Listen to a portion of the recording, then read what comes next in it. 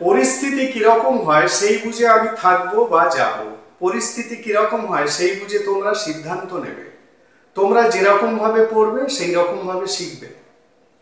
এই ধরনের প্র্যাকটিক্যাল কথাগুলো, এই ধরনের প্রত্যেক দিনের কথাগুলোকে কিভাবে ইংলিশে বলতে হয় সেটাই এখন দেখাবো। এখানে আমি সেই রকম 5টা সেন্টেন্স লিখেছি। সেন্টেন্সগুলোর মধ্যে একটু চেহারাগত দিক থেকে একটু আলাদা আছে বিষয়টা। মানে এইটা দেখো, এখানে সেই বুঝে মানে পরিস্থিতি কিরকম হয় সেই বুঝে, আবার দেখো যেরকম ভাবে পারো সেই বুঝে, যেরকম ভাবে আমরা পড়ি সেই রকম ভাবে আমরা শিখি। মানে সেন্টেন্সগুলোর মধ্যে ওয়ার্ডের একটু অন্যরকম হেরফের করা আছে, ওয়ার্ডের হেরফের একটু করা আছে। তো এই হেরফেরটা কিছুই নয়, তোমাকে আসল ব্যাপারটা বুঝতে হবে। তোমাদেরকে আসল ব্যাপারটা কি না, পরিস্থিতির ওপর নির্ভর করে, মানে পরিস্থিতি কিরকম ভাবে হয় তার উপর নির্ভর করে আমি থাকবো বা যাব, এটাই এই সেন্টেন্সটাতে বলা হচ্ছে। এই যে সেই বুঝে কথাটা, এর বাংলা মানে এটাকে আমি যদি অন্যভাবে ভাবি কি না, তার উপর নির্ভর করে। সেই বুঝে মানে তার উপর নির্ভর করে, প্রত্যেকটাতেই তাই। আর এইখানে দেখো সেই বুঝে কথাটাকে ইউজ করা হয়নি, তার পরিবর্তে সেই রকম ভাবে এইটা লেখা হয়েছে। দুটোই একই, মানে তোমরা যেরকম ভাবে পড়বে তার উপর নির্ভর করে তোমরা শিখবে, ঠিক আছে। এখন সেই বুঝে কথাটা সব জায়গায় অ্যাপ্রোপ্রিয়েট লাগে না, সেই কারণে সেই বুঝে কথাটাকে লেখা হয়নি। যাই হোক, প্রত্যেকটা সেন্টেন্সের মধ্যে দেখো দুটো করে কিন্তু পার্ট আছে। তো এই দুটো পার্টকে আমি কেন দেখালাম না, দুটো পার্টকে আমাদেরকে এক জায়গায় করতে হবে। কিসের সাহায্যে না, একটা কনজাংশন হোক বা একটা ফ্রেজ হোক, তার সাহায্যে আমাদের এই দুটো পার্টকে এক জায়গায় করতে হবে। এখানে যে ফ্রেজ বা কনজাংশন যেভাবেই বলি না কেন, সেটা হলো অ্যাকর্ডিং অ্যাজ। তোমরা অ্যাকর্ডিং শব্দটার সাথে নিশ্চয়ই পরিচিত আছো। অ্যাকর্ডিং মানে অনুসারে, অ্যাকর্ডিং টু এটার সাথেও তোমরা পরিচিত আছো। কিন্তু অ্যাকর্ডিং অ্যাজ কে কিভাবে ব্যবহার করতে হয় সেটা হয়তো বা তোমাদের অজানা। তো সেই কারণেই আমি এখানে এই ভিডিওটাতে সেই ধরনের কিছু বাংলা সেন্টেন্স নিয়ে দেখাচ্ছি যে অ্যাকর্ডিং অ্যাজ কে কিভাবে ব্যবহার করতে হয়, বিশেষ করে ইংরেজি বলার ক্ষেত্রে। আমাদের প্রতিদিনের কথায় এই কথাটা কিন্তু খুব ব্যবহার হয়, সেই বুঝে, ঠিক আছে। সেই বুঝে কথাটা আমরা খুব ব্যবহার করি। তো এই সেই বুঝে কথাটাকে কিভাবে ইংলিশে আনবো, বোঝা গেল? এখানে দেখো আমি যাবো বা থাকবো, এখানে আমি এইটাই লিখবো। আমি সেকেন্ড পার্টটাকে আগে ধরে লিখছি। তার মানে I shall go or stay, I shall go or stay according as the situation, according as the situation demands, ঠিক আছে। According as the situation demands. পরেরটা, পরিস্থিতি কিরকম হয় সেই বুঝে তোমরা সিদ্ধান্ত নেবে। তার মানে তোমরা সিদ্ধান্ত নেবে, ইউ উইল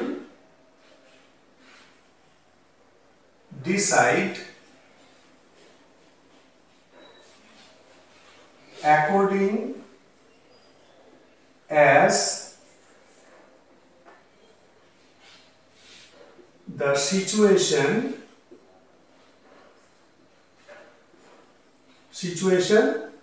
requires, ঠিক আছে। according as the situation requires, they will decide according as the situation requires। পরিস্থিতি যেরকম কিরকম হয় সেই বুঝে তোমরা সিদ্ধান্ত নেবে। তার মানেটা হলো পরিস্থিতি যেরকম হবে তার উপর ডিপেন্ড করে, তার উপর নির্ভর করে তোমরা সিদ্ধান্ত নেবে। প্রত্যেকটা ক্ষেত্রেই তাই, কিন্তু সেই বুঝে মানে তার উপর নির্ভর করে। পরেরটা দেখো, কিরকম টাকা আছে সেই বুঝে খরচ করবে। তার মানে যে পরিমাণ টাকা আছে তার উপর নির্ভর করে খরচ করবে। কে খরচ করবে? তুমি।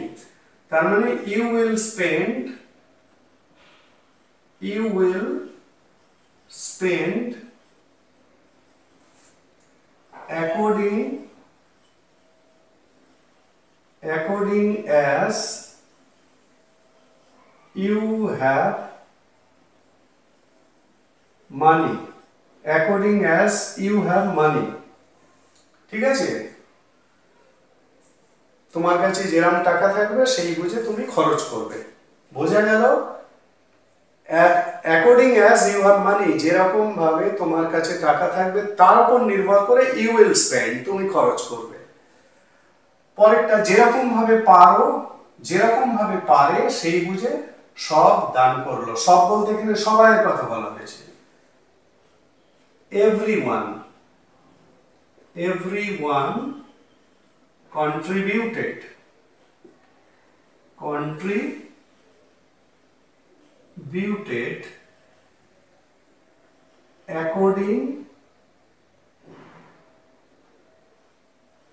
according as he was able।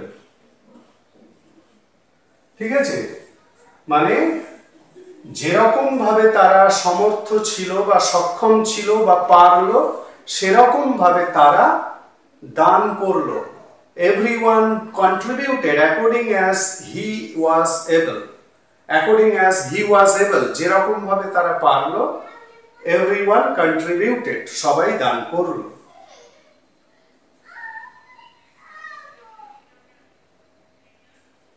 পরেরটা, যেরকম ভাবে আমরা পড়ি সেই রকম ভাবে আমরা শিখব। তার মানে আমরা শিখব, আমরা শিখি, যেরকম ভাবে পড়ি আমরা সেই রকম ভাবে শিখি। তাহলে we learn according as we study. বোঝা গেল? তাহলে সেন্টেন্সের যে চেহারা আমি এখানে লিখেছি এই রকম চেহারার সেন্টেন্স তোমরা তৈরি করবে। তোমরা তৈরি করে এবং অ্যাকর্ডিং অ্যাজটাকে সেই অনুযায়ী ব্যবহার করবে। তাহলে এই ধরনের সেন্টেন্সগুলোকে ইংলিশে বলতে গেলে এইভাবে ইংলিশে বলতে হবে।